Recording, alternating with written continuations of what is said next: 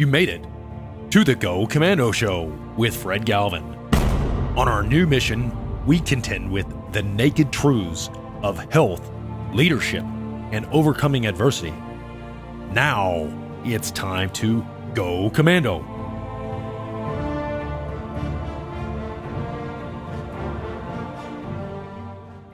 Hello, Commandos. We've got a great show today. A gentleman that I had been associated with in the Marine Corps. We served together in the same Marine Special Operations Company stationed in Camp Lejeune, North Carolina. His name is Justin Carroll, and he has a very interesting background from his service in the Marine Corps afterwards and as an entrepreneur. So without any further ado, we welcome Justin Carroll. How are you doing, Justin? I'm doing great, Fred. Thanks so much for having me on. Yes. And for the guests, usually, as you see, the normal video is for the guest, and it's not me being narcissistic at all.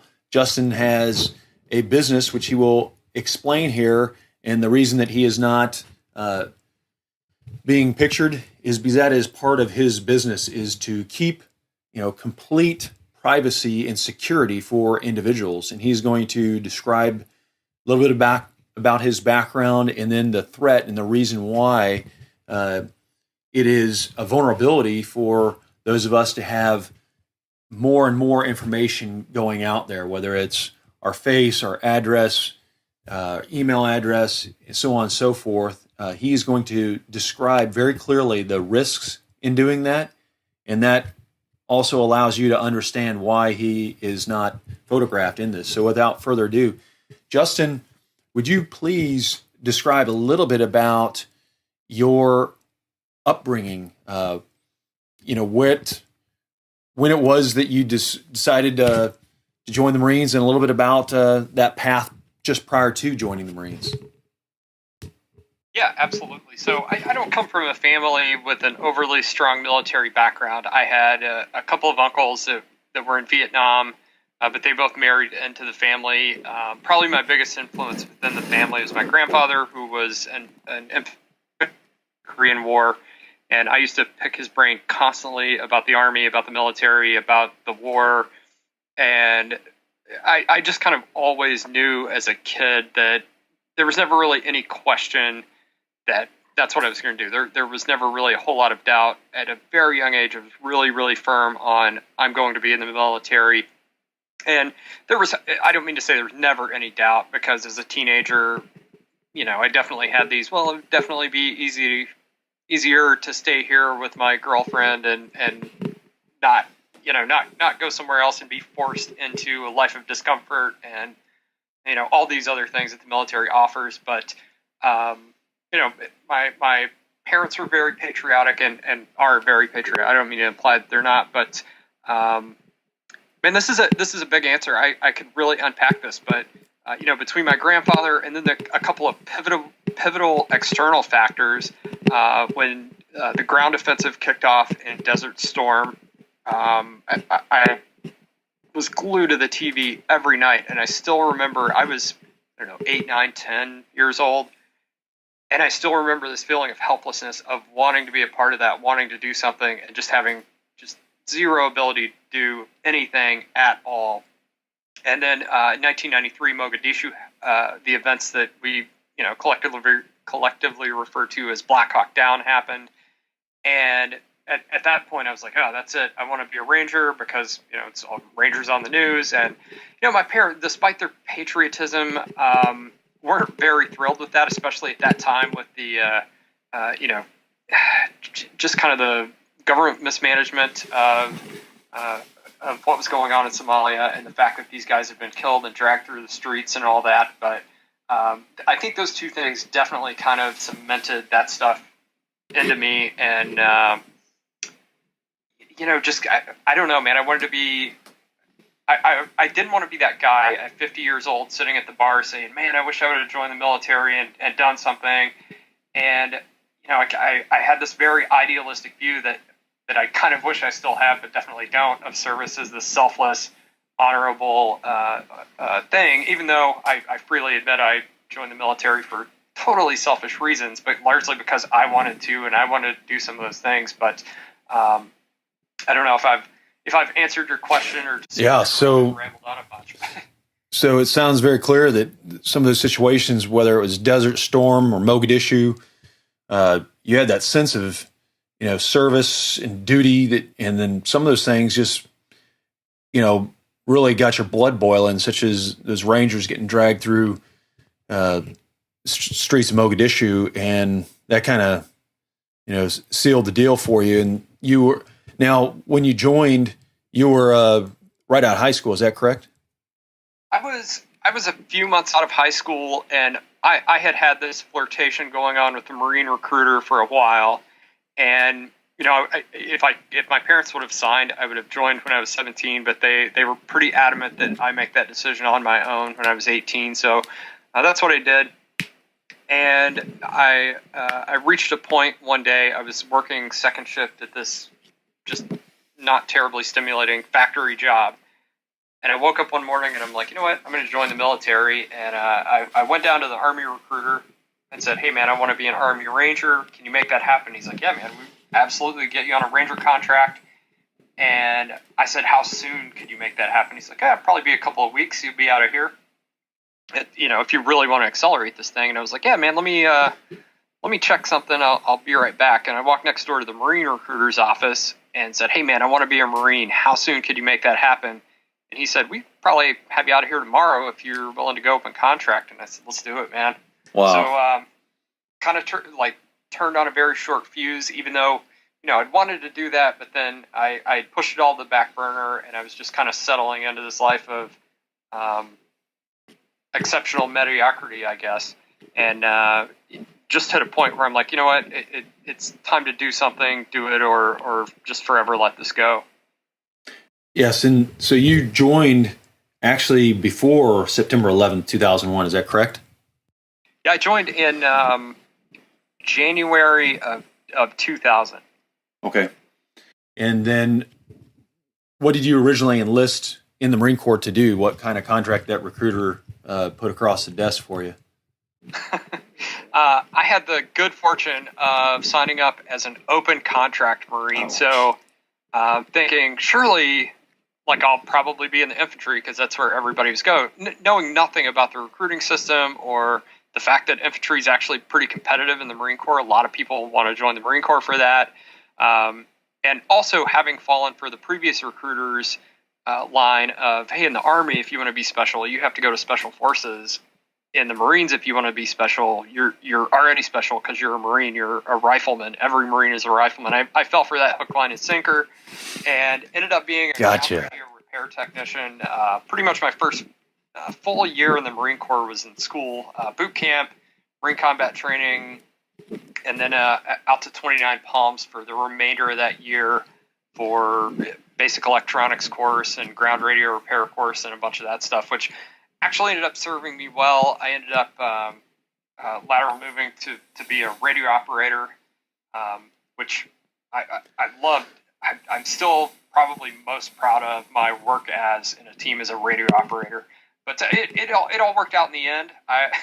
If your kid were coming up to me or my kid were coming up to me saying, "Hey man, the recruiter just offered me this open contract job," I would have some words for that kid, and probably for that recruiter too. But it all worked out well for me, and I really don't regret anything. I can't look back on it and be upset. It all worked out in the end.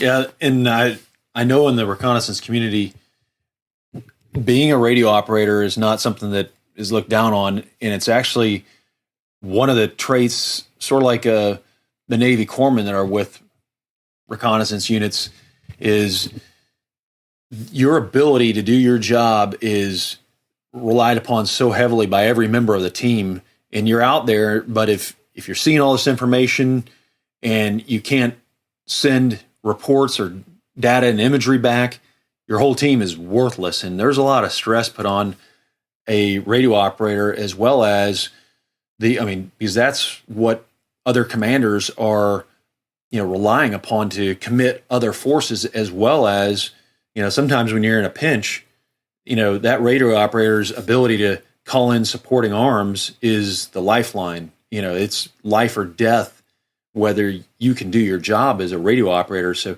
that's something that I remember early on as a force reconnaissance platoon commander, that the radio operators inside the teams, they took such great pride. I mean, all kinds of time after hours on weekends, and their whole life was obsessed with, knowing that trait. And I'm talking in the days before everybody had satellite communication. We're talking about bouncing high frequency radio communication off the moon, and learning a lot about atmospherics. So you went through, that kind of rite of passage in the communication field. Is that correct, Justin? Yeah, so my deployment to Iraq, to OIF in 04, 05, about a year before Fox Company stood up, I probably didn't do as much as everybody else, but I spent all my spare time. I taught myself Morse code. When I had to be on radio watching the talk, I would sit there and teach myself Morse code.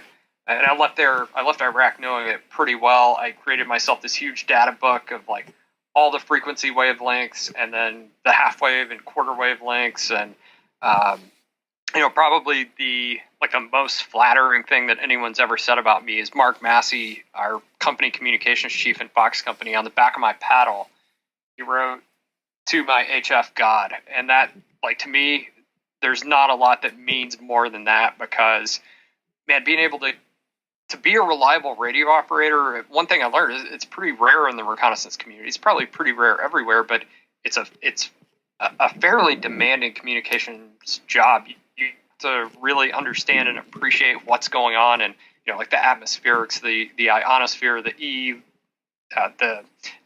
F1 and F2 layers, and sun up, freak up, and all that good stuff.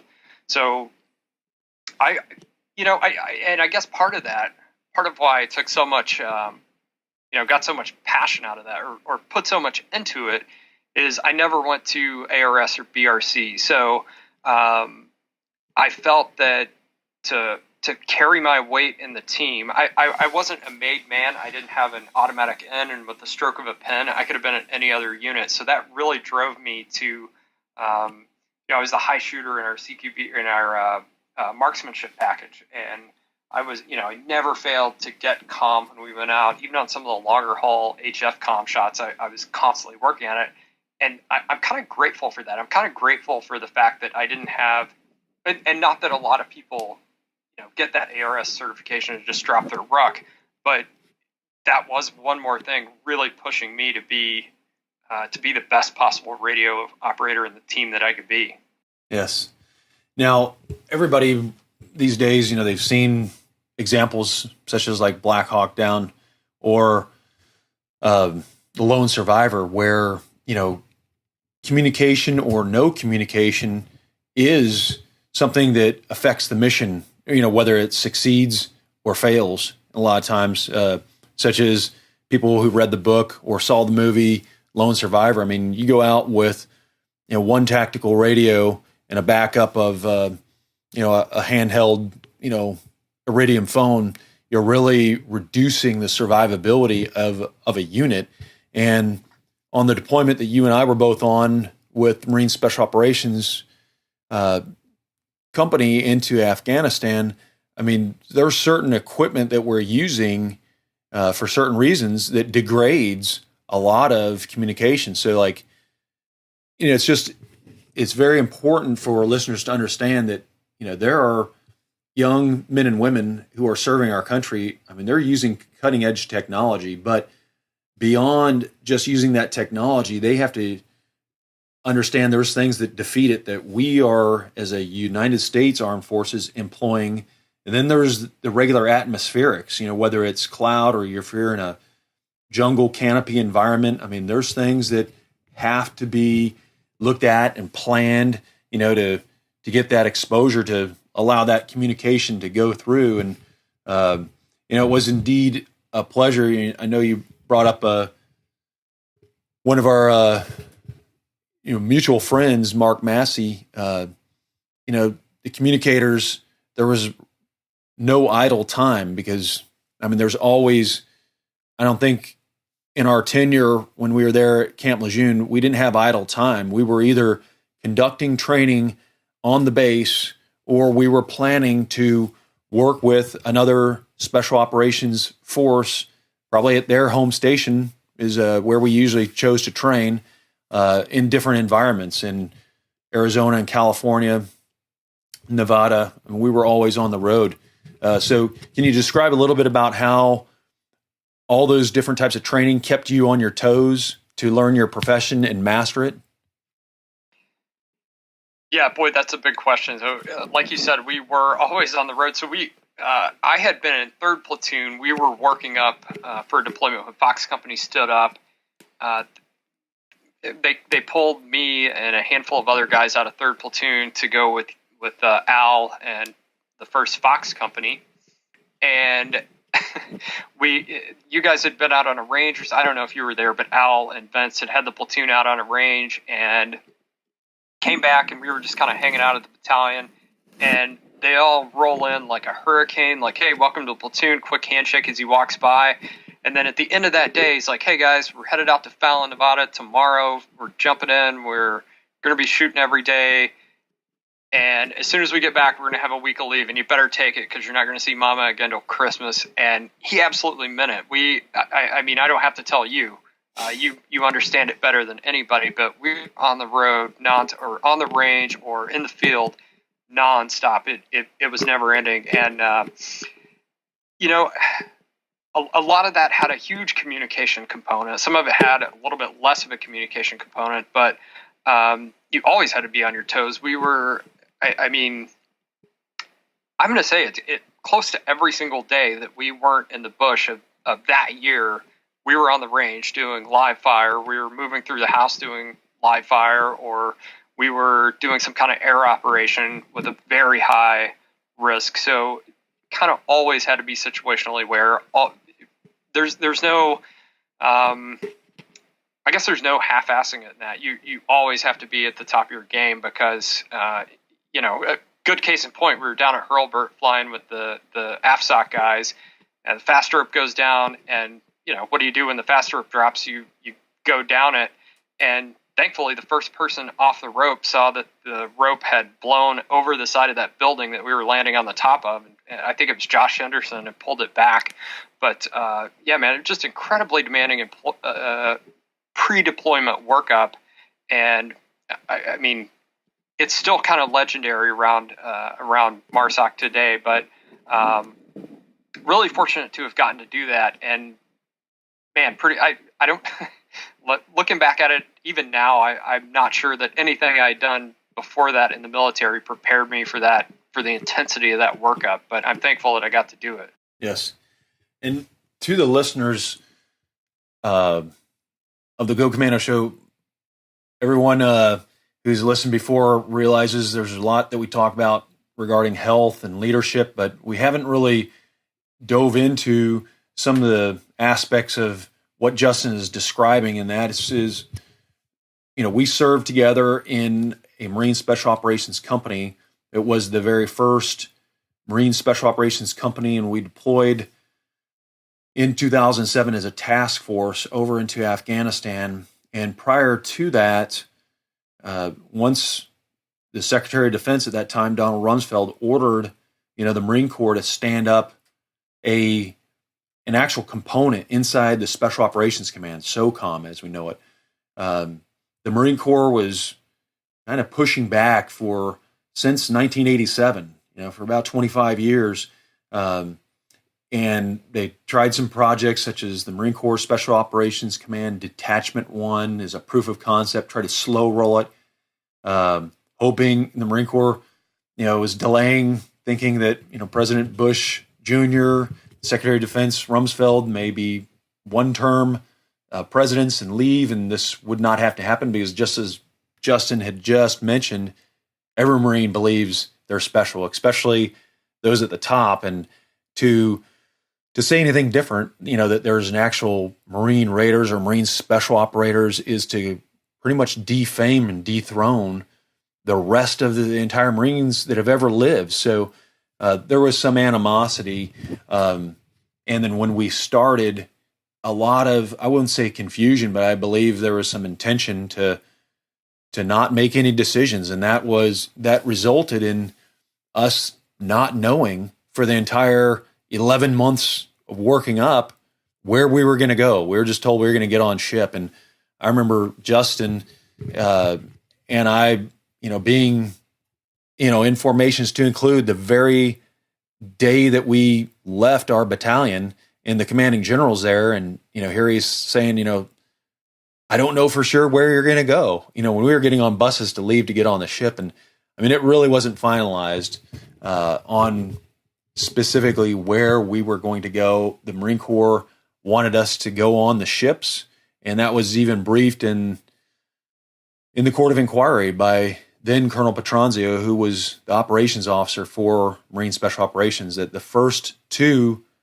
companies from both coasts were supposed to only deploy on the ship and not supposed to get off. So the reason that's relevant is we had to prepare for any kind of contingency. Our workup, a lot of those in MARSOC thought that we were going to probably do some kind of operations in Africa because that's where some of those Marines had previously deployed to the Horn of Africa. So they thought, well, you're going to go to Africa. And, going into an election year, I personally realized the chance and likelihood of starting combat operations in a third theater besides Iraq and Afghanistan is about 0%. And I didn't put a lot of weight on going into Africa, but I did believe we were going to likely go to Iraq because at that time in 2006, 2007, as many listeners recall, General Petraeus was a 4-star general in charge of Iraq, and he was requesting a surge. There were hundreds of Americans dying each month. It was getting very bad and bloody in Iraq. That's where Justin, he had served in 2nd Force Reconnaissance. I had served at 1st Force Reconnaissance, and we were doing 6-month on, 6-month off deployments between our two units over in Iraq, and it was a very bad situation. That's where we thought we were going to go because Afghanistan was kind of not covered in the media. It was the military treated it as an economy of force mission, and that's not what we believed was a likely.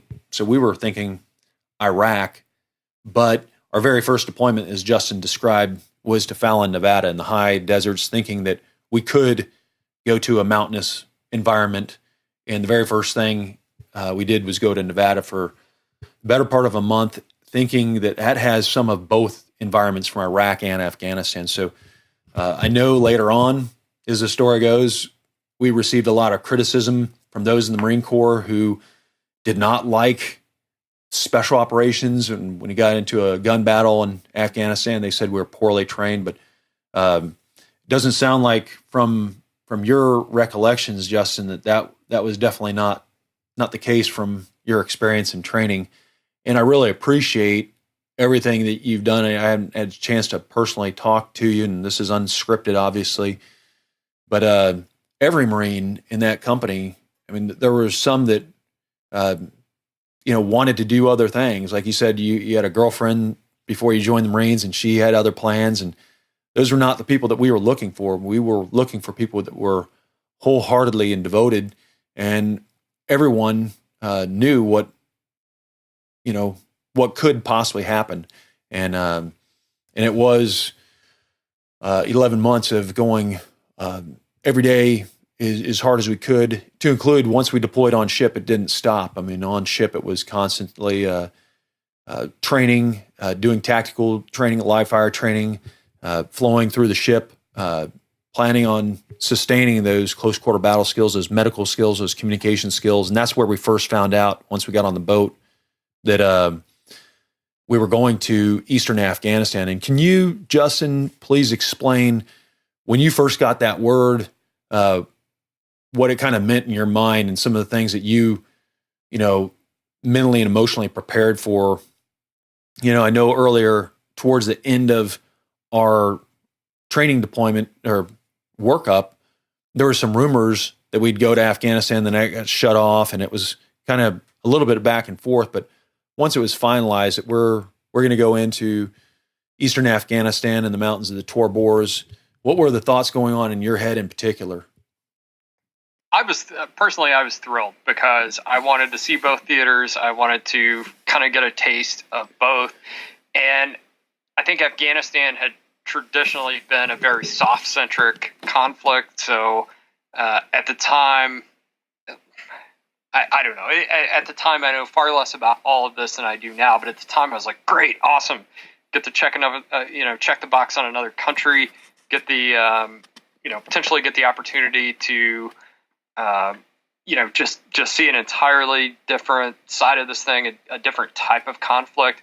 But also,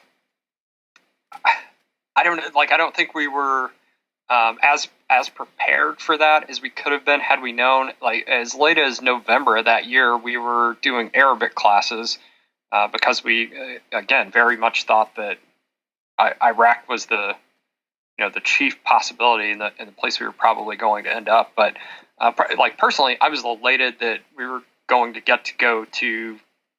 Just selfishly, that I was going to get to go to a new country, and also like I'd been to Iraq, and at that point everything was like very kind of codified. MPs are pulling people over on base for not having their troop strap on their Humvee or whatever, and I kind of envisioned Afghanistan being like a slightly less garrison type environment, at least as far as that goes. As far as the just the garrison BS goes. So I was kind of looking forward to that aspect. And also I think I envisioned these super long range patrols through the mountains and, a little less vehicle centric mission set, but,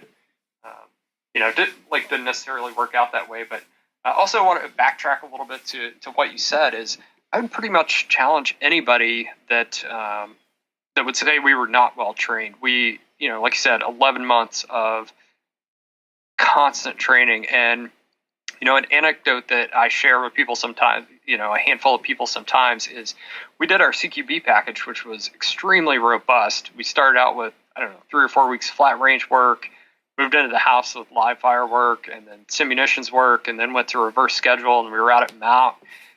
And it was just this incredibly demanding, it was probably 2.5, 3 months of that workup. And it was insane. Like from daylight to dark, every day, there was always 10 other things that needed to be done. And we get to the SR package, and we had 2 weeks in the classroom. And I remember that first Monday of being in the old SOTG classroom, and we're all just looking at each other in clean camis, like sitting in this air-conditioned building, like, man, we get 2 weeks of this with no, before we go on our first patrol. And then as soon as we're done that day, we walk out, and Al is sitting there with a Humvee, like, hey, your weapons are down at the square bay. Get down there. We're going to go shoot. And everybody's just like, dude, it's 1700. What's going on? But that's just the way it was, man. If there was a space, it didn't matter when it was. If there was white space on the calendar, it was absolutely utilized. And we probably weren't at CAG or SEAL Team level, SEAL Team 6 level, CQB and all that stuff. But as far as marksmanship and discipline and, just focus, we were absolutely not well trained. That's BS, whoever says that. Yeah, that was, I remember that's what the media came out, and they were using quotes from anonymous sources in the Marine Corps who supposedly were in Marine Special Operations, although Marine Special Operations had just stood up. But, using those terms of cowboy, that really, it is very damaging to the Marines. Not just that, there was several of us being accused of, capital offenses, things that are punishable by death, but, just the insults to the overall unit that, that wasn't well trained. That was, that's completely, these Marines are all coming from Second Force Reconnaissance Company that had been repeatedly deploying back and forth every 6 months out of every 12 since 2003, back and forth to combat, high-intensity combat operations, and had just finished, as you described, in 2004, 2005, the fights in Fallujah.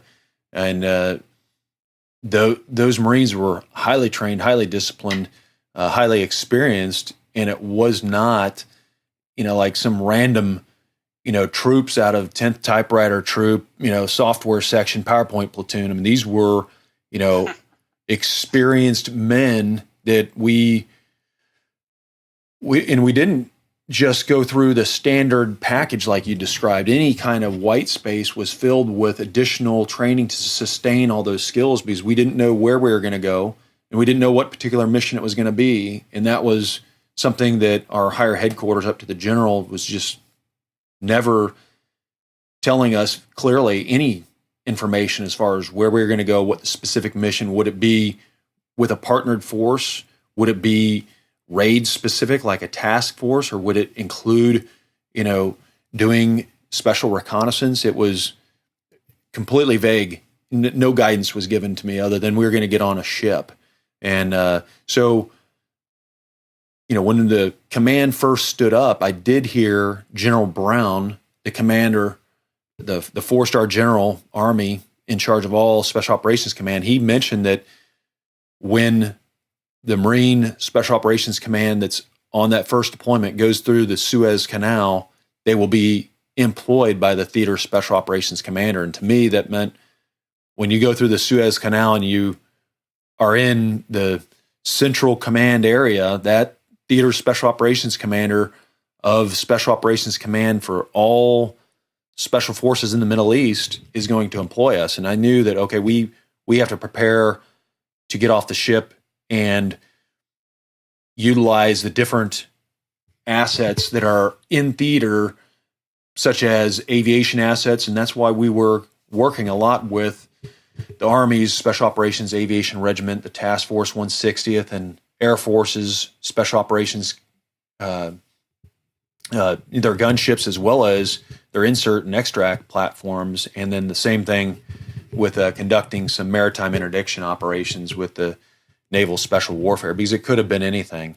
And it's sad because one of the soft truths are you can't create special operations forces in an emergency. You can't create them overnight, and giving them just a hasty mission for anywhere in the world globally overnight is kind of what happened to us. And that never works out well, especially when you don't put any support out there to back the Marines up whatsoever, or you work against it. So, but so when we went down range, it's interesting that you talk about that, because we went from conducting high intensity training that continued on ship, and the only breaks that were available literally were on the days that we were getting on or off the ship, whether that's getting on the ship in Virginia,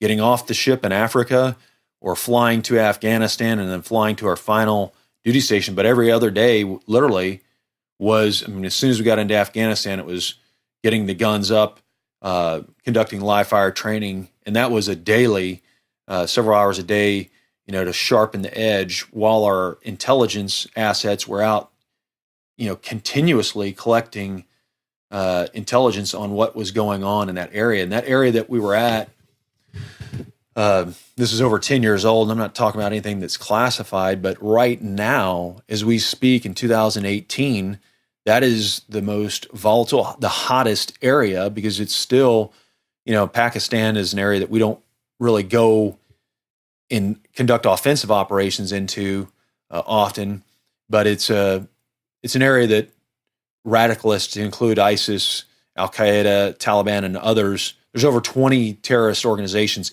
in Afghanistan, but they fully train and radicalize these people in many different places, and one is Pakistan. So we're right there on that border. And can you describe briefly some of the things that were going on in your mind about, you described earlier that you were excited to get into a different theater. It's more focused on special operations forces. What was in your heart, in your mind, what were you expecting and, hoping would happen, when we hit the ground there in Afghanistan, Justin? Man, I just remember this insane sense of disappointment when we were flying out of there, that that we never really got to be tested. We never really got to experience the real trial by fire that I felt like we deserved. Yes. And I know that to put a little bit of background in what Justin was mentioning, so that area, not only was it right on the Pakistan border where a lot of these foreign fighters were being, finally radicalized and finished in their last stages of training and pushed across the border to, whether it be to be a suicide bomber or to fight, the infidels, from the West. One of the things that we were also told, and we knew it was a fact, that the last place that Osama bin Laden had been spotted was right there where we were at in the Tora Bora Mountains. These are peaks that go all the way up to 14,000 feet. And we got on the ground in February and it was wintertime. And, we had planned and trained and studied and done a lot on the deployment on the ship across, as much as we could have, is learning about the Afghan culture through a doctor, a professor from the Naval Postgraduate School, and learning and refining our skills on cold weather training from those of us who'd been mountain leaders, really updating and pushing that information. But one of the things in the wintertime that it takes to conduct operations in the mountains, and also because the fact that the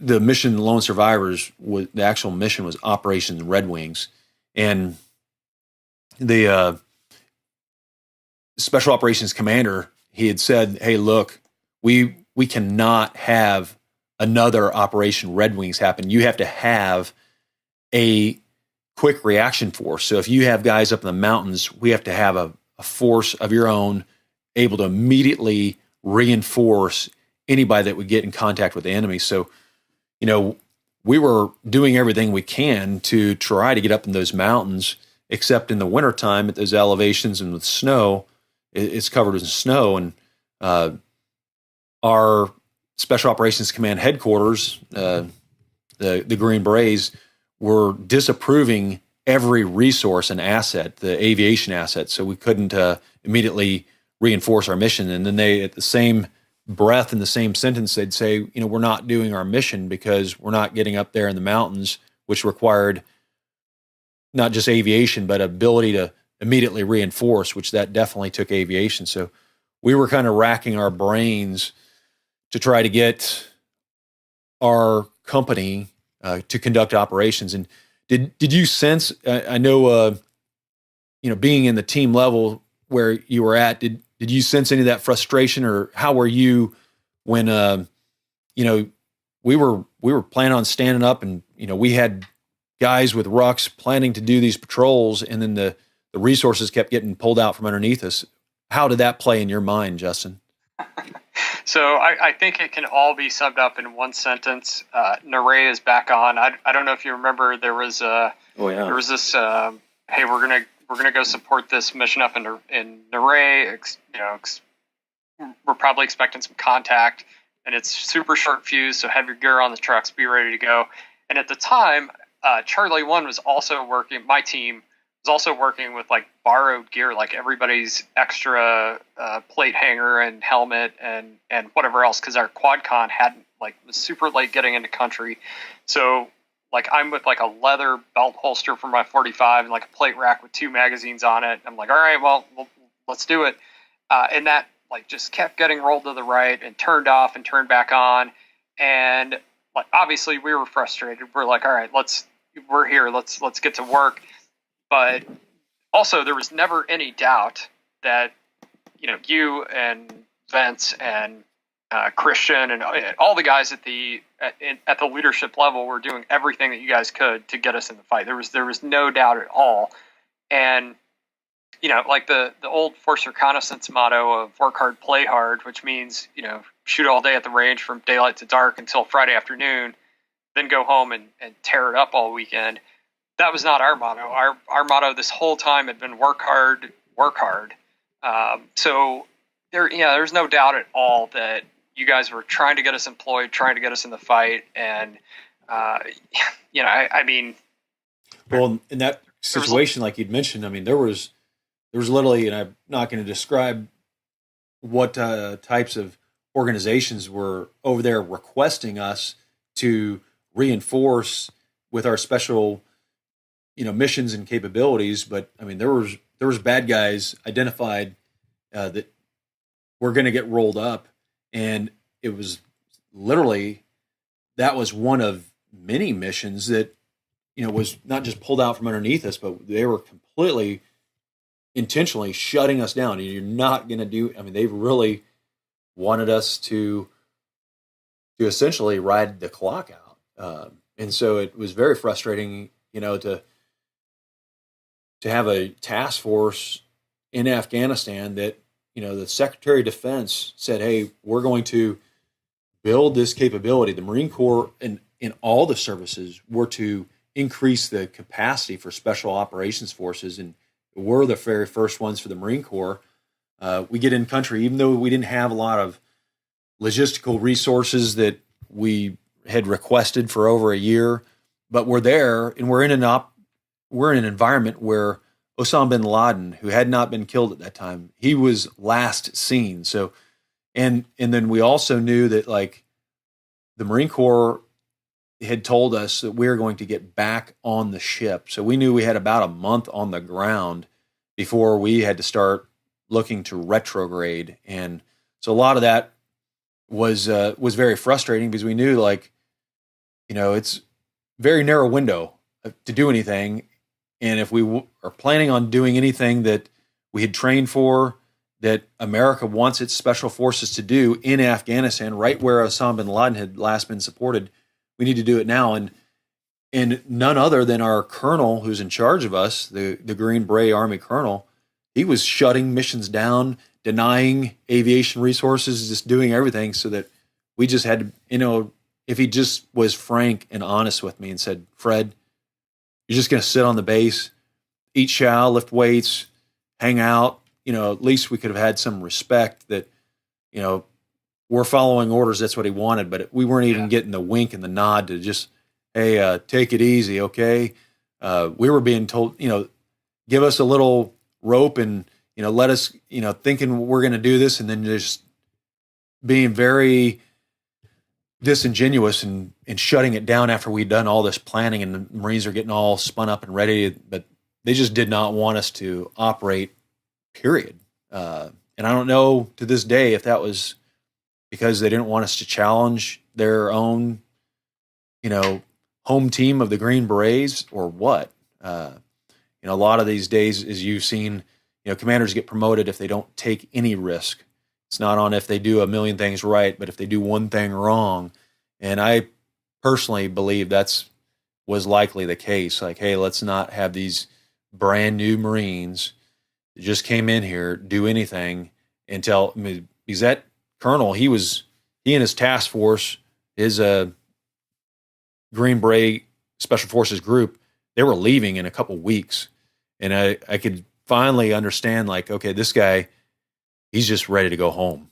And he's not going to let us do anything. And it was very frustrating. So yeah, he doesn't want any headaches before he leaves. So, I think there were a lot of people, and I don't know why, and this sounds like conspiracy theory. It sounds like something that if some other unit said it, I'd be like, dude, that's crazy. Like, why would anyone do that? But it seems like a lot of people wanted us to fail. I don't have to tell you, of all people, about the Marine Corps Times headline, that came out while we were in Kuwait, but it's like they were just waiting for it. It just, MARSOC meltdown, they just jumped all over that. And I can't figure out why, man. Nobody had Fox Company's back. Right.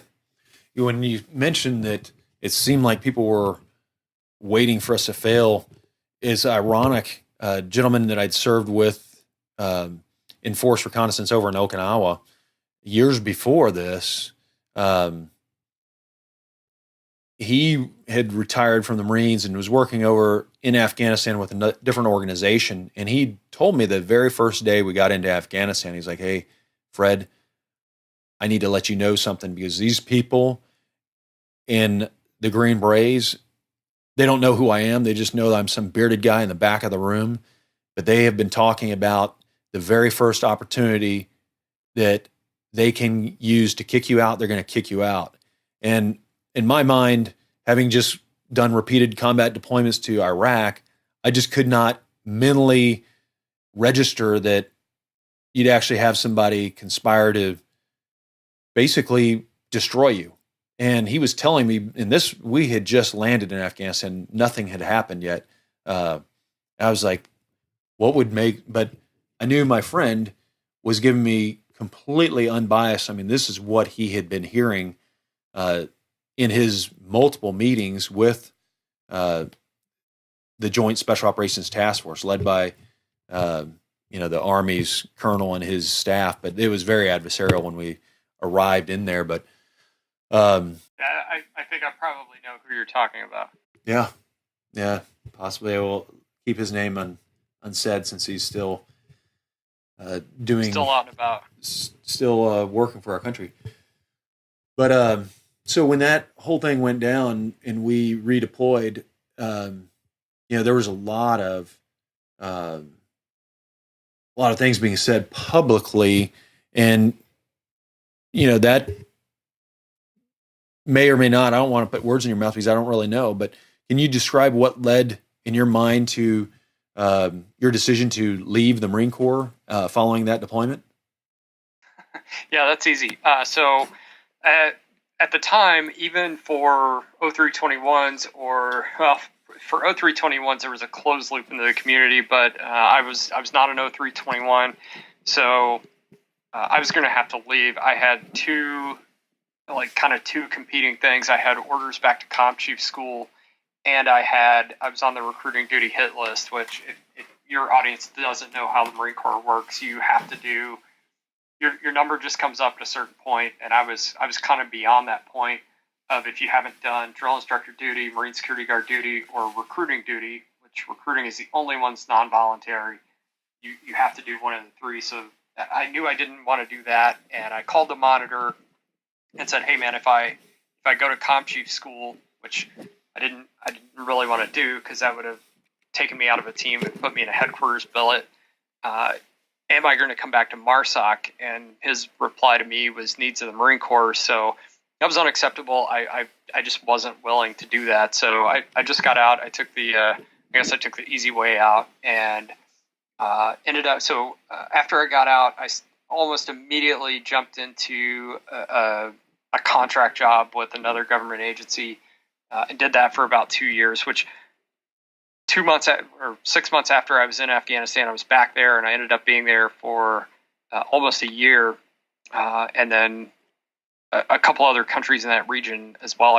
I also got to work in, so it all worked out. And I got to continue doing the things that, made MARSOC and Force Reconnaissance enticing to me anyway, but not quite to the same level. And there was never that feeling as a contractor that I had quite the level of professionals working around me, or quite the just the level of support that we had in the Marine Corps. And I realized we suffered this huge lack of support in Afghanistan, but you knew if your helo went down, the cavalry was coming when you're in the military, and that was maybe sometimes in question as a contractor, like who actually had an interest in making sure you got out of there safely. Yes.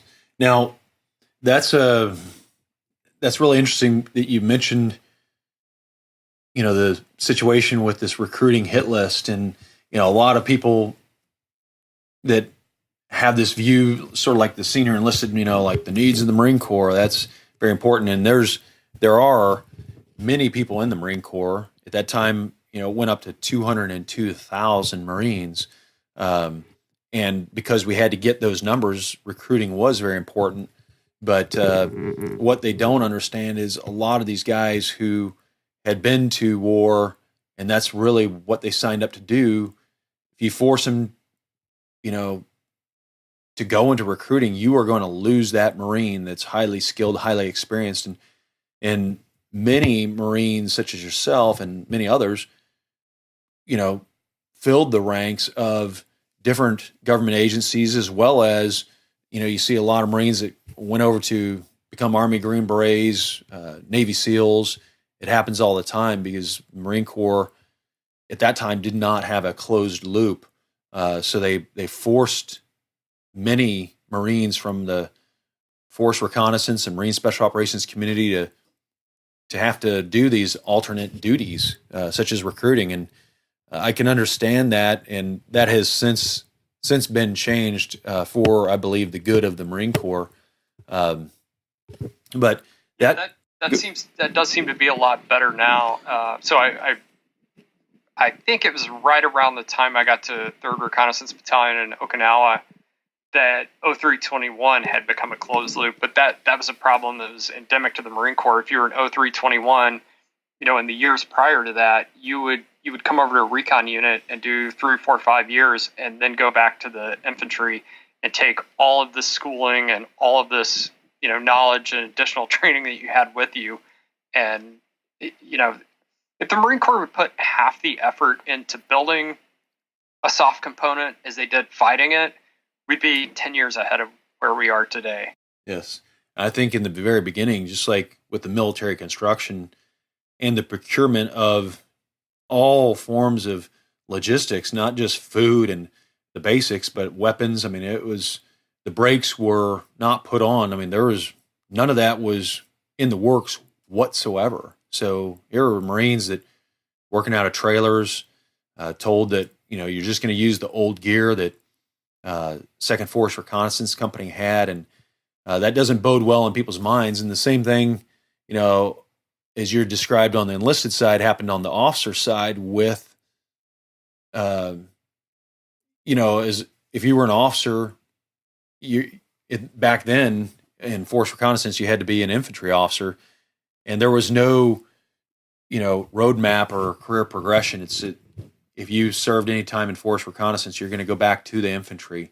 And most likely they want you to go to a non-operational tour where you're not getting any greater operational experience. You're doing something like recruiting.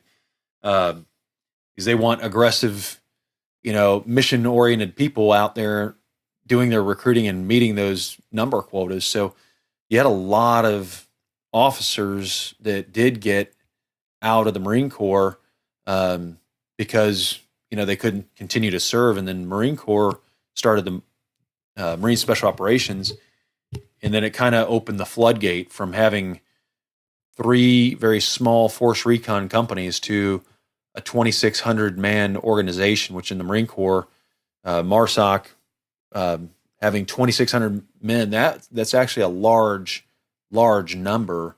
And, they started bringing in not just with the officers, but some in the staff, anybody and everybody. And that also had a negative effect for years. In my opinion, it led to a lot of the good idea club of let's try this and that. And it was hard to really maintain focus. And all this was going on while units were going out the door, going to combat. And so, Justin, can you describe a little bit? So you entered the contracting world, you deployed in combat, you got a lot of experience, and then you returned in a different capacity to MARSOC. Can you describe a little bit about that? Yeah, so I got back off my last deployment, and my old, talking on the phone to my old team leader shortly after, just catching up, and this was early 2010, and he's like, "Hey man, he was still on active duty, working at the schoolhouse, and he's like, "Hey man, in my section we have a vacancy for a full-time equivalent contractor as a special reconnaissance SME. Do you want this job?" And I was like, "Yeah man, I definitely want it." And you know how things like that go. I've if I had taken every job that someone had said was out there, I wouldn't have to work now, but things fall through and whatever. But that ended up working out. A month later, I'm working down at the schoolhouse. I spent 5 years there. The Marine Special Operations School. That's where. What's that? So when you're mentioning the schoolhouse, for those listeners that aren't aware, that's where all the Marine Special Operations now term the Marine Raiders. So you were teaching them various courses and skills to various levels from entry level into more experienced level. You're teaching some of those special skills, correct? Yeah, I started out about my first year there. I was teaching the initial training course, ITC, which is the entry level. It's not the first thing they go to, but you go to selection first, and then you go to like this 3-week preparedness course that basically gets you, make sure you're physically fit and you're taking care of your stretching and joints and all that good stuff, because assessment and selection is pretty, takes a toll on your body. And then you get a seat to ITC, which is, I'm going to say it's a pretty well designed, pretty well thought out course. It teaches you all the soft basics. And I taught in the basic skills portion, which is just basic small unit tactics, because you have MARSOC accepts people from any job field. So you have truck drivers and bulk fuelers and mechanics and crew chiefs and everything else who have no infantry background. So we're teaching them basic patrol formations and very basic manipulations on various weapon systems, the heavy weapons, the light machine guns, just their M4s, just basic field stuff. And then also the special reconnaissance portion of that, which I will say in the last 5 years has gotten just exponentially better. It was just a 2-week HAZEX in the field of, patrol, get fragged to another, another mission, and just 2 weeks of sucking it up in the field. And now they've expanded that out quite a bit. It's some field reconnaissance and surveillance type stuff. But it's also some, like more, I guess what we call traditional special reconnaissance of, go out in a hotel and set up a hide site and that sort of thing. So really happy to have been able to see that progress. Not that I really had much to do with that, but had a hand in it through the entire time I was there. But after my first year, primarily what I worked on was the MARSOC technical surveillance course. And I can't go too much into that, but 2,000 level course for, generally speaking, more experienced guys. The first few courses especially, we mostly had E6s and up. We've had a few E8s run through there, but now it's kind of skewing toward a younger crowd as I think for better and worse. Guys come in, and if they've got nothing going on at their unit, and they've got the aptitude for that sort of thing, and I think the technical stuff does kind of favor a younger guy who's more adaptable to technology. But spent almost 4 years working on that. I was there for, I think, the first 8 or 9 courses, and man, that was just a huge amount of. I had the opportunity to really grow a lot and really understand the bigger picture of how that stuff all ties into the operational picture, coming from a background as kind of a meathead of, I know how this breach works, I know how to go in this room and kill people, and I know how to do medicine, I know how to shoot with them and communicate. That added just this entirely different world of opportunity to kind of what I was aware of and at least basically skilled in. And that is really important. I'd like to talk on a couple things regarding that, because when the Marine Corps decided, okay, we are going to allow this Marine Special Operations Command to exist, prior to that, we had operated with usually a task force that was deployed oftentimes on ship, or sometimes we'd fly in, be in a place like Iraq for 7 months, and we'd have different intelligence capabilities there. Some were really good, but some were not as advanced as what the special operations had been doing and what they had been relying on. A lot of different national assets and different government agencies they had not been sharing, and that began to rapidly evolve at MARSOC. And it was really interesting because we both had hands in that at different levels after our return from Fox Company, but that is where you have a lot of specialization and expertise, and that's what led you to reflect on some of your deployed experiences, some of your training, some of what you were training other people, and put that down into, a collated product, and you wrote a book. And to the listeners, I will put this on the YouTube channel so you can see, but Justin is actually coming out with a second book, but it's the Complete Privacy and Security Desk Reference. Volume 1 is out, and we'll have that here on the YouTube channel. And you can get that by going to the Go Commando show. We'll have that on the website. You can purchase that. We'll have a link that you can get that purchased and sent directly to you. But Justin, so you became, in your training and teaching these skills to others, you became very aware of the vulnerabilities and the threats that some people face in just being, as we called, in the white, not knowing, giving somebody who calls you on the phone your phone number or more information than they really need, and not being aware of what somebody can do with that information. And briefly, can you take us through, what somebody is vulnerable when their name or identity is out there in the news and online and the media, publicly, if they buy a house, and what that means as far as somebody that either wants to just manipulate and take advantage for, short duration economic, like exploit their credit, or whether somebody wants to do something very deliberate and premeditated and with the intention to harm. What are those threats, and what can people do to minimize those?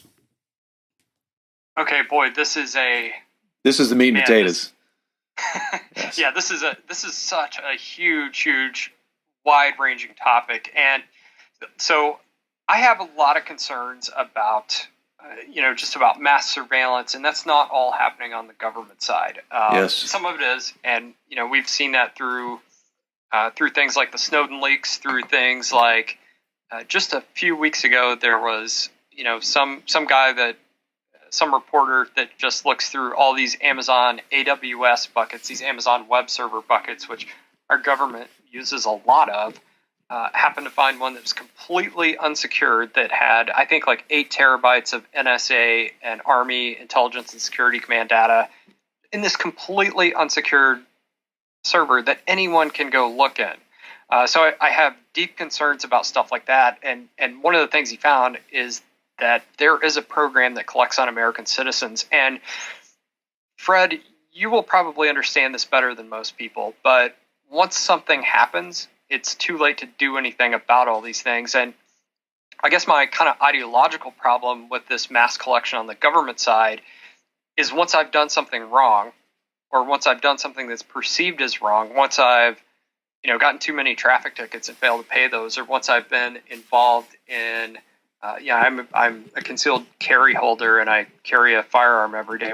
If I'm involved in a shooting and my life starts to be picked apart, or if I'm involved in an incident in the military, like Fox Company was, and like a few of you guys were Skyline on a much more personal level. At that point, now basically any government entity can pull all that data back. They can pull all my cell phone records, see everywhere I've been. They can pull all my Google searches.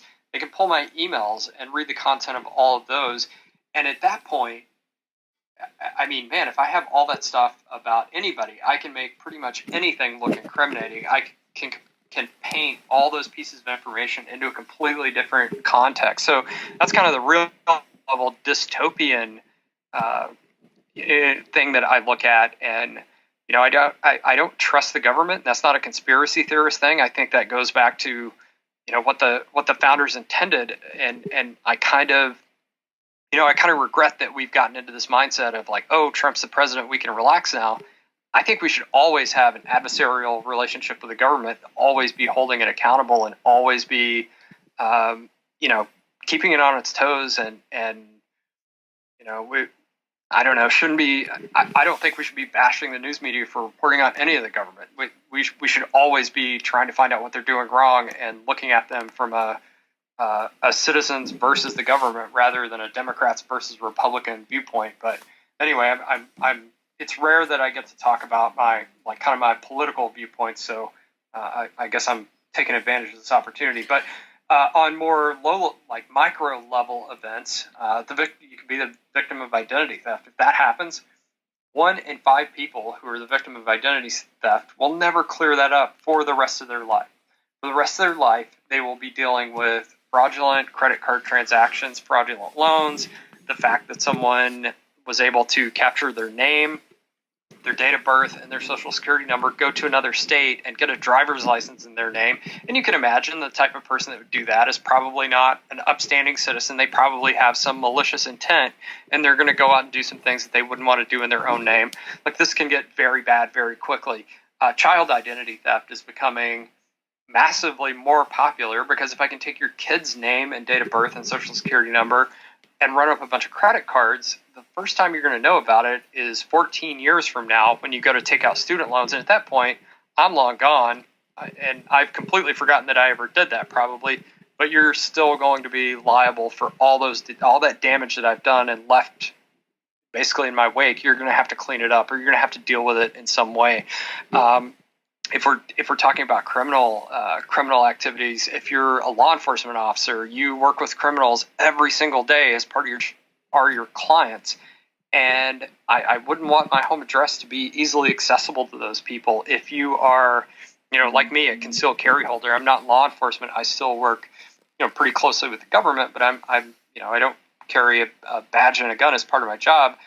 If I'm involved in a shooting, chances are the news media is going to be camped out on my lawn before I get bailed out or get released and get home that day. And I don't want to put my family through that. I don't want my family to have to deal with the emotional trauma of cameras and microphones stuck in their face because of events that were beyond my control. So I think there's a lot of reasons to want to do this, and a lot of people look at me as a little bit tinfoil hat or a little bit paranoid until something like the Equifax breach happens, which that was a few months ago now.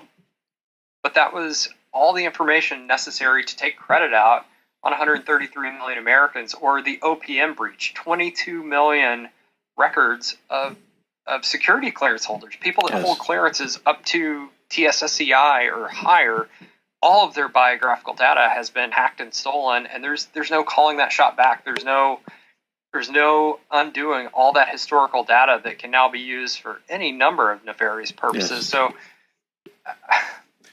I hate to fearmonger. I hate to deal in like threats or like you're at risk or whatever, but really you are. And some people choose to acknowledge that and do something about it, and a lot of people are just happier being like, yeah, Justin's crazy, we just let him do what he does. So I think you should take some steps to do this. It's unfortunately, it takes effort, and you and I had some problems connecting for this interview, and I've taken this to such an extreme that when I went to log into my Skype thing, it's like, oh, you haven't logged in a while.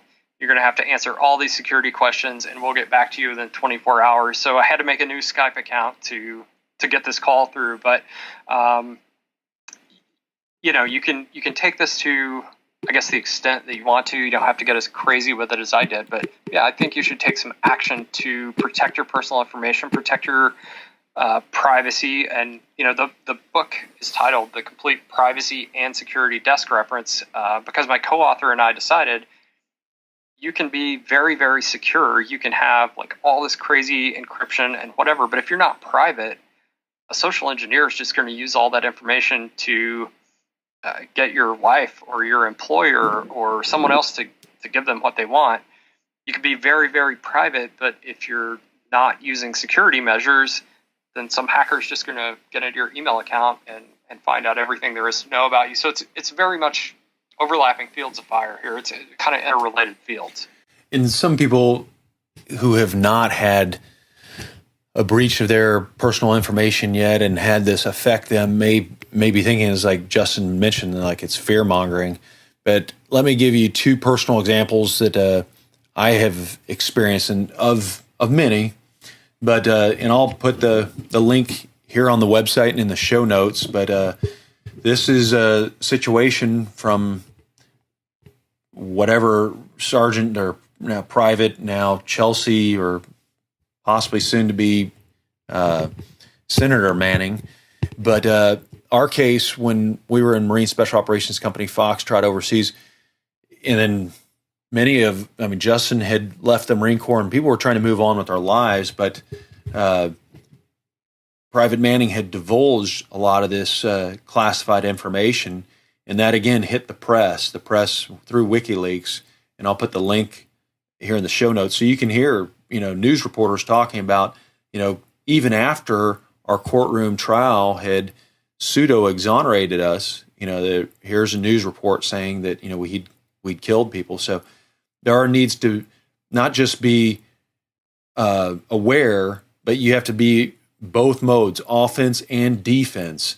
And a second example, one of the gentlemen that Justin had served with and who was in charge, he's now working for a different agency. And I was speaking with him a couple years ago, right as I was retiring, and he mentioned, I said, in the Marine Corps, they are going overboard on educating the force on this human trafficking.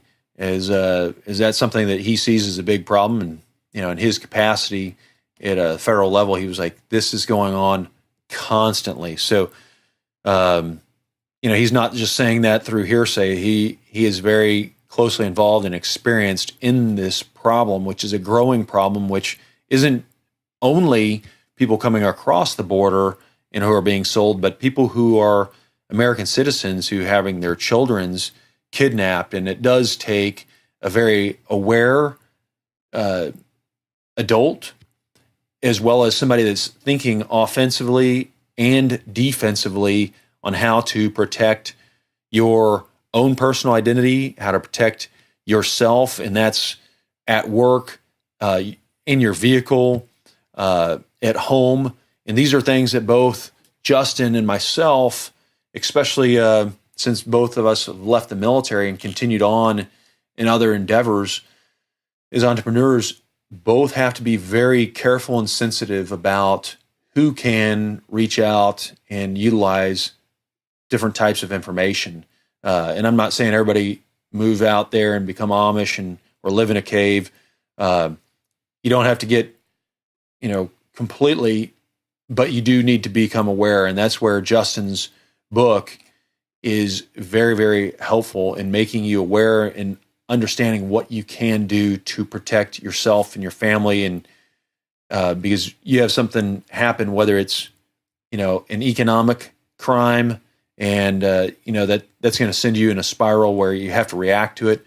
And worst case scenario, something happens to either yourself or a loved one in your family that's largely preventable.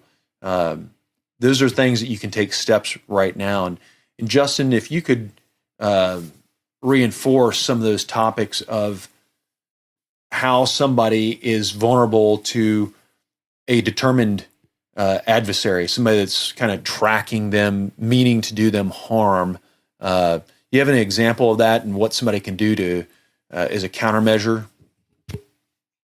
Yeah, so there's any number of examples of this. So there's an awesome example. I will get you the link to it after we get off here. But there was an awesome example in Wired magazine back in December about this woman whose quote unquote her digital life was weaponized against her, and this woman had gotten into an extramarital relationship, which is going to turn a lot of listeners off, but it's not really the point of the story. The point of the story is how basically she told this guy, like, look, I can't do this anymore. Like, I can't.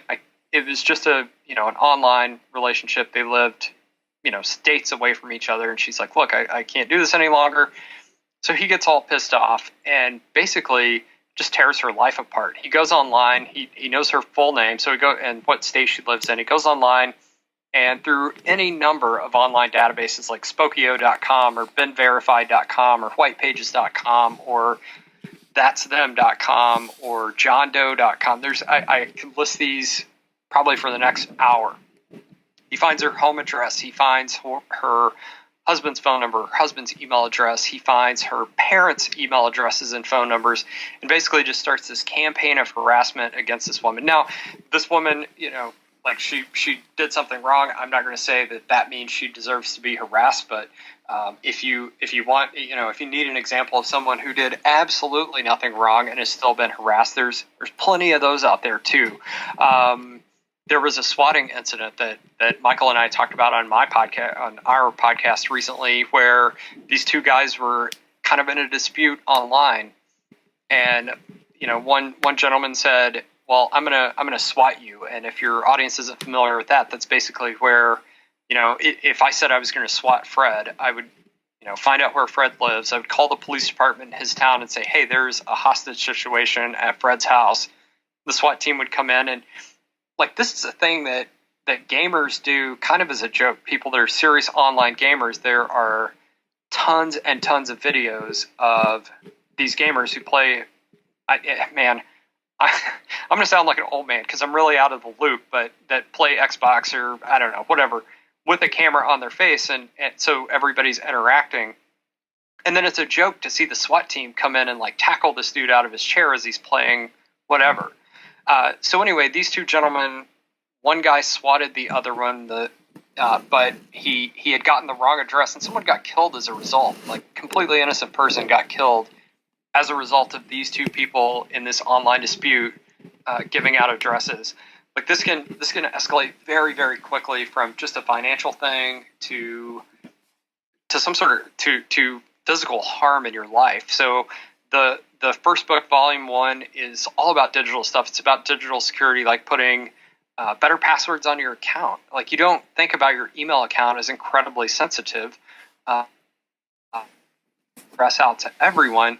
But if I have your email address, I have a starting point to begin to attack things. If I have your email address that you use on your Amazon.com account and your Facebook account and your bank account and everything else is the user number to log into that account, I have a starting point to begin attacking you or exploiting you. And at that point, there's all kinds of articles about how bad Amazon's customer service is at protecting customers. If I call in with the right email address, right name, Amazon's customer service is trained to make people happy. They're not trained to protect people against security incidents. So I could probably ask about your last 10 orders, ask where those were shipped to, and it wouldn't take a super complicated pretext. I could probably just say, hey, I didn't get this last order. I just ordered, and I could probably make something up, and she'd probably say, well, that order didn't come through, and I could say, well, what was the last thing that did come through, and where did you send that? I don't remember that. This starts to unravel pretty quickly. So using, something as simple as using a different email address on every account you make is a huge, huge intervention. Using strong passwords so your email account doesn't get hacked, because your email account contains all your personal correspondence. It contains verification emails for all the purchases you've made, all the accounts that you've set up, emails from your bank, from your doctor, from all these sensitive places. It's an incredibly powerful point of failure. We also talk about the privacy stuff, like all of those online databases that I talked about, Spokio, been verified. All of those are, for the most part, really easy to opt out of. You just have to have a little bit of time and patience and go through and actually do that. And then, obviously, we get into some crazy tinfoil hat stuff. And that's the stuff that some people like to talk about, and some people are like, dude, you are absolutely nuts. But, like my phone, I paid for my phone in cash. I get service through a prepaid SIM card. Just go buy the SIM and buy a little refill card for $60 a month. And I like that model a lot better because I never registered that phone in my name. And I work inside the government, so I know how easily that information's accessed. It's not a terribly high bar of entry to get access to these databases. And to be clear, if the FBI wants to pull all your phone records, they're going to need a warrant and maybe a subpoena and some other documentation and a compelling reason why. But it doesn't even have to go that high. Now there are commercial databases that will basically do exactly the same thing. And it's all on the commercial side. It's all Verizon selling their information to this company that then puts it onto a map. So you're able to, hey, what cell phones were in this area today or whatever. It's just crazy how this information is shared around. And you have to get a little depending how far you want to go into this, you have to get a little paranoid. You have to get a little unconventional with it, I guess. And, convention currently is to give all your information away. When you go to Lowe's to buy a 2x4, they want your phone number for some reason. There's no legitimate reason they would need your phone number. They'll tell you it's so they can give you a refund if you lose your receipt. But this is all just insipid data collection that we've all just opted into and not really paid attention to. So we definitely get into the crazy, like, privacy and security stuff, buying homes anonymously, buying and registering cars anonymously, and all this crazy stuff. And we don't recommend anything that we haven't actually tested and verified that it works. And that's pretty much how I live my life now. And we're currently working on Volume 2, which is going to deal much more in the physical world with lock safes. I believe carrying a firearm is important to, all the digital physical and secure, all the digital security and privacy stuff is to keep someone from finding you. But if they do find you, then what? Then what's your next move? And that's probably going to be a physical intervention of some sort. So kind of being prepared on that front as well, depending on what your threat is. But kind of take a holistic approach to this, because it's really difficult to say, I'm just going to be, have really, really good passwords on everything and rely on that to answer the mail for everything, because it's not going to. Yes. And I think just like a lot of folks now have understood that businesses, especially publicly traded businesses, are keenly focused on that bottom line, the net profits, and what's in best interest of the shareholders, to return a profit to the shareholders. And that's led to, I'm talking some apples and oranges, but I'm talking about some correlations. A lot of these companies, such as in the food industry, they driven by profits, creating genetically modified organisms. And a lot of people are understanding, like, hey, this is doing some harm to, to my mind, my body. Some of this may be causing cancer. And now you see the resurgence of people eating, whole foods like we used to eat, 50 years ago and plus. The same kind of thing, as Justin was just mentioning, it's not just Lowe's, it's everybody nowadays is wanting your personal information, especially publicly traded companies, but even small businesses, because they want to be able to, contact you. And some of them are going to bombard you with information, and some of them will sell that information. And we're not just talking about, small business or large businesses, it's everybody. Yeah, I mean, your names go out on lists, and, it's scary because, now you have all kinds of devices in your home and in your pockets that can record both audio and video, and then all the searches and basically everything that you've got going on in your life. So unless you, live a very Puritan life, you do need to be aware of what's going on. And a case in point, and this is when Justin and I were serving together,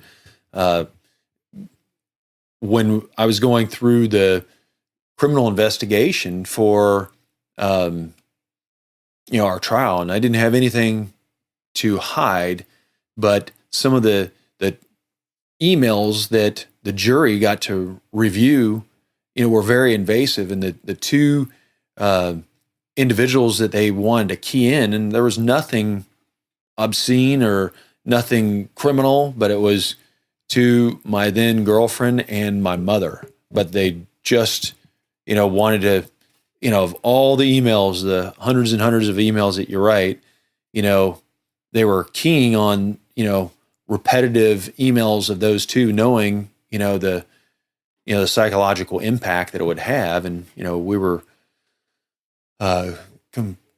completely proven not to have done anything wrong, but that is something that the government wasn't just using that. I mean, those were not being communicated on, my work emails. Those were on my personal, civilian email accounts. So, people do need, just like with food, like I said, I'll make this relate.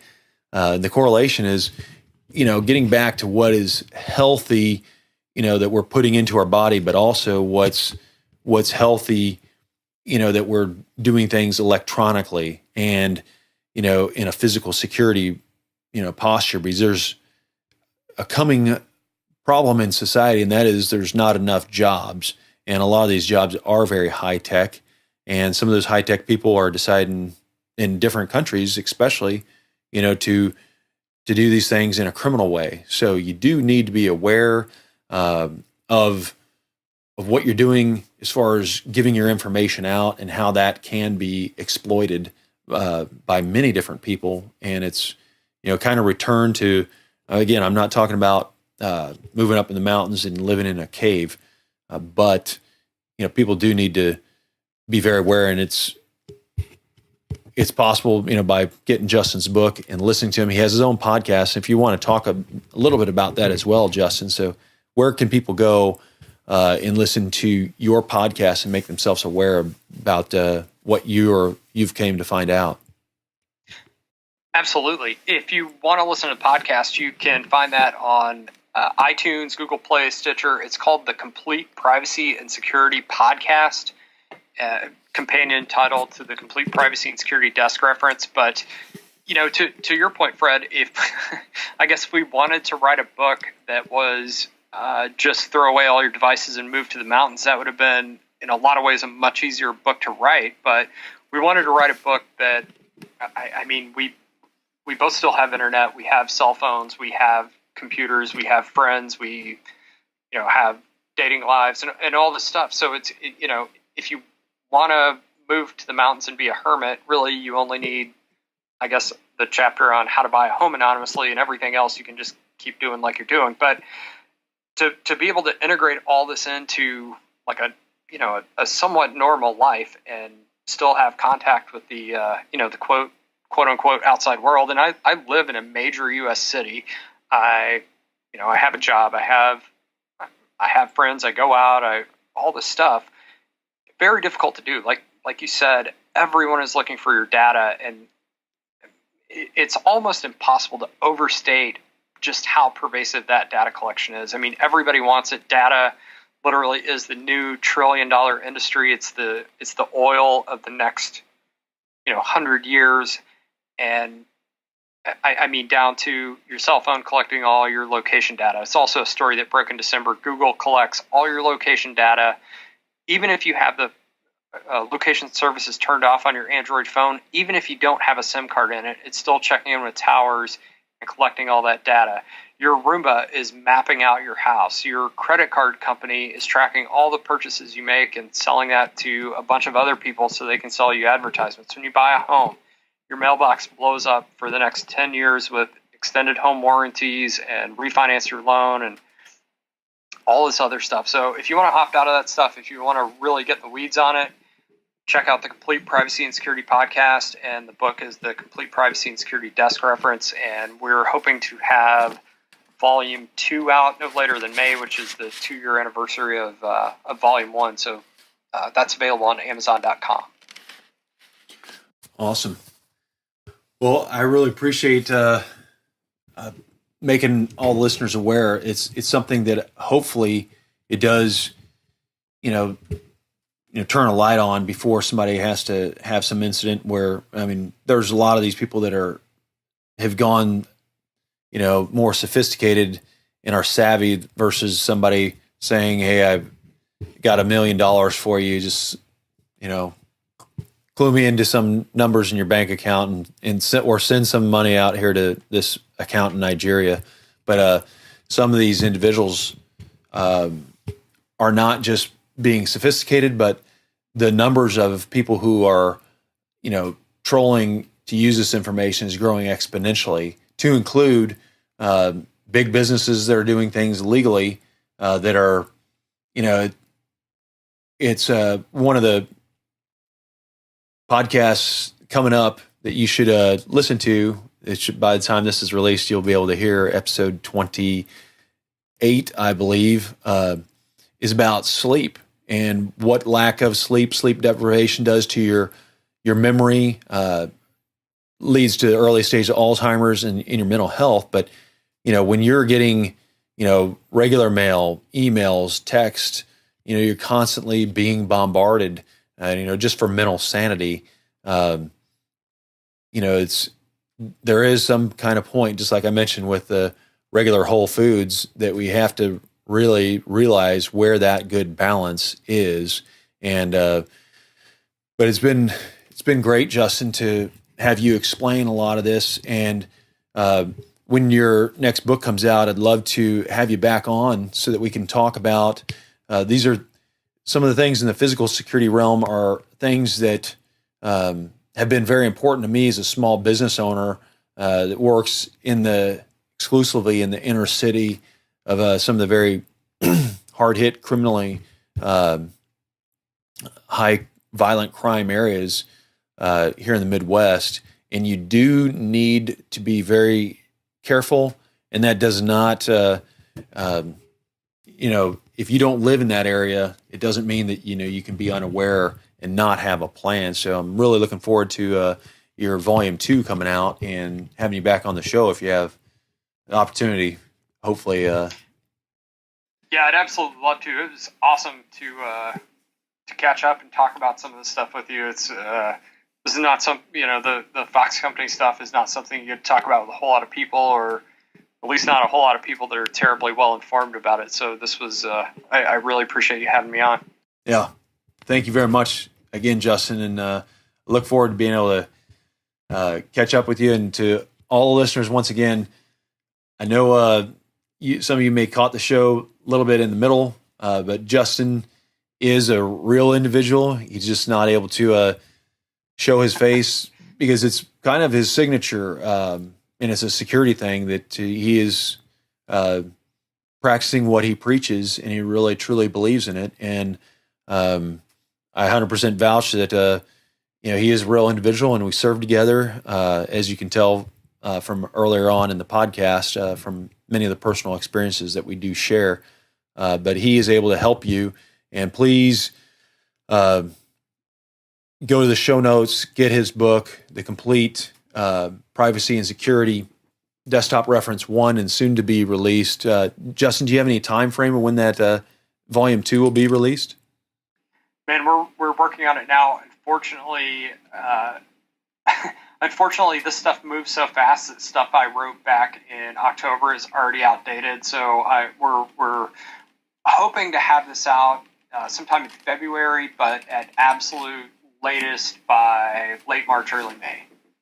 Okay, great. So here in just a few months. Well, thank you very much again, Justin. And if I'm back in your neck of the woods, I look forward to catching up with you face to face. Yeah, likewise. Thanks again. All right. Thank you. To all my fellow grunts out there who in your youth felt it was your duty to protect us, I salute you. And thanks to the listeners of the Go Commando Show who labor on the farm, who are sweating on the construction site, putting forth your very best at the office. You are making a difference. Support the Go Commando Show in our pursuit of bringing you the highest quality professionals. Infiltrate the website at gocommandoshow.com, where you can view all of the podcasts and arm your team with incredible deals on health supplements, commando clothing, and equipment. Every time that you get a good deal, it supports the show. What deals? When you purchase anything from the website, Amazon, healthcare supplements, you're covering our 6.